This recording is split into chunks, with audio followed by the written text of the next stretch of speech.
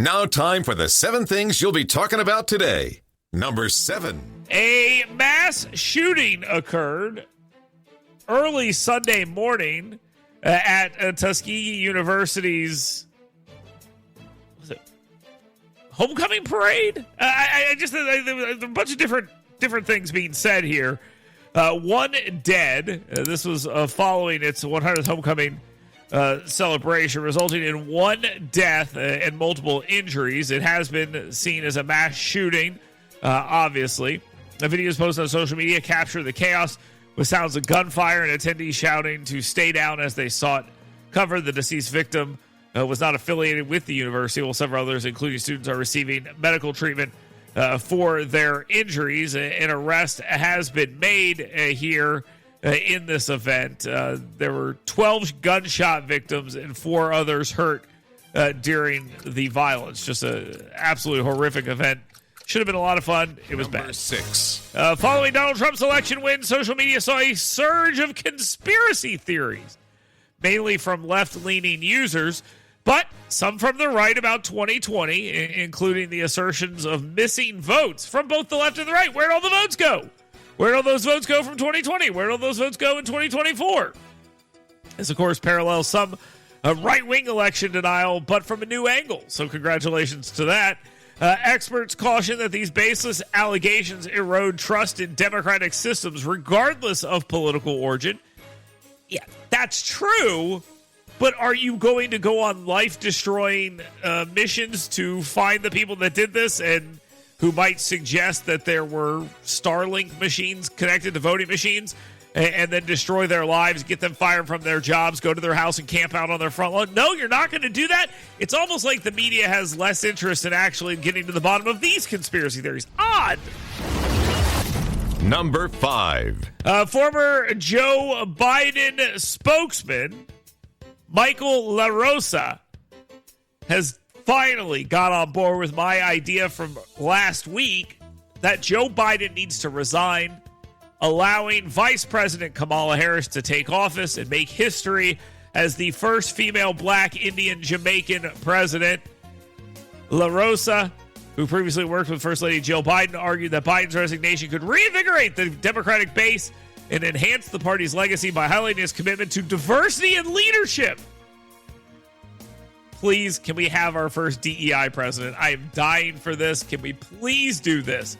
I want Kamala Harris to be president of the United States without ever having won an election or received a single vote in a primary.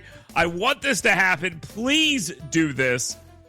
Nothing could help you more, Democrats, than installing Kamala Harris as president for 2 weeks. Do it. Number 4. U.S. Representative Jeff Crank.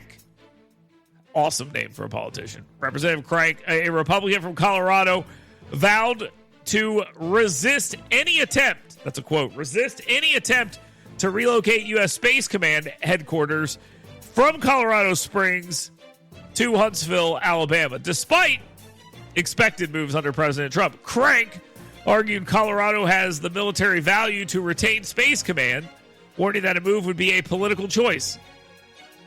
Yeah, that's right. It would be a political choice. That's right, yeah. Although Trump initially supported the relocation to Huntsville in 2021, Craig expressed uncertainty about Trump's current stance given his shifting positions. Here, let me help you out here. Tuberville is one of his top allies. He considered for one of his appointments. Probably not going to go anywhere. But this thing's coming home. It was supposed to be here in the first place. Donald Trump has made it clear. Colorado's a blue state. You're screwed. Number 3. Would you like another example of how screwed they are on the whole Space Command thing? All right, here we go. U.S. Representative Mike Rogers, smackdown from Sacktown. The Republican from Sachs, recently named chair of the House Armed Services Committee, is now being considered by Donald Trump for Secretary of Defense, positioning him as a leading candidate alongside Mike Pompeo, which Trump denied already, and U.S. Senator Tom Cotton, a Republican out of Arkansas. Rogers has pushed for enhanced military readiness in the light of the perceived threats from countries like Russia, North Korea, and Iran. He's over a strong stance on national defense, and he aims to bolster the U.S. military's lethality and capability focusing on addressing emerging security challenges. And he is also a big supporter of moving Space Command back to Alabama, where it belongs. I love this. I love this. I love where this is going. Number 2. Totally real and not made up racist texts are being investigated by the FBI. Yep, those hateful text messages that were sent anonymously to black individuals in several states, including Alabama, Pennsylvania, Georgia, and Michigan on Election Day. It's almost like some of these are swing states where people are mad that black voters in too high of numbers went for Donald Trump, and that could possibly be part of it. The messages described as deeply disturbing contain references to slavery and reportedly targeted individuals through spoofed phone numbers, making it challenging to trace the senders, which is convenient because then you could just fill in whatever you want. Oh, it's clearly Trump supporters who are telling people to go to the cotton fields for absolutely no reason.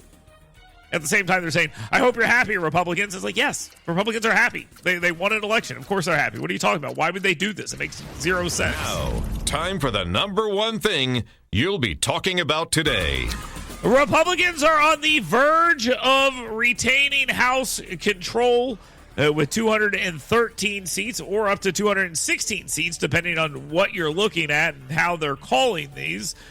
Following their Senate victory, but the counting is still happening, mostly in California for some reason. Oh, wait, I know exactly the reason. It's because they're trying to steal the election. And I'd like to make this clear. They're trying to steal the election. Did I say that out loud? Let me be as clear as I can. They're trying to steal the election. Okay? And Nancy Pelosi talking about saying things like, oh, we're still fighting for votes. What are you talking about? The election is over. Now it's just about the counting. What are you fighting for? What do you mean by that? Well, with Trump's presidential win, this would give Republicans significant legislative power to advance their agenda on tax cuts, spending, energy deregulation, and border security. Remaining competitive House seats are mostly in Western states. They're not mostly. They're all in Western states, except for I believe there's one in Iowa. Which remember Jan Seltzer, how good she did there? Remember that? Wasn't that good? Remember that when they told us, Iowa's like a +3 for Kamala Harris, and that's going to change the entire. You remember that? Remember that narrative? Whenever it was telling you how great Jan Seltzer was, the day after, everyone was like, "Who's Jan Seltzer?" Remember that? Okay, just checking. The GOP Senate leader race is also heating up a little bit. You have John Thune, John Cornyn, and Rick Scott, various shades of white guy, getting ready to come out and battle each other to see who gets to be the new Mitch McConnell. We have Tommy Tuberville, who has thrown his weight behind Rick Scott, and I've heard a lot of people talk about that. And I believe Katie Britt is leaning towards John Thune, but I have not heard that reported on the record. It is merely one of these. Can you believe Katie Britt is doing what Mitch McConnell wants, and that's John Thune? And this is the worst thing in the world because these guys only agree on 98% of stuff, and it better be 100% of what I agree with, or the end will be near, and nothing's going to happen, and Donald Trump's going to be impeached, and then Kamala Harris is going to be installed. Joe Biden will be president again. I don't know. I don't think this really matters all that much, and I'm going to be told that it absolutely matters more than anything else.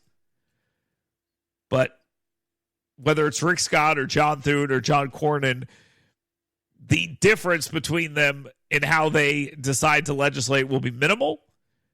And I'm going to give you a little preview here. You're going to be disappointed either way because you're not going to get everything that you want.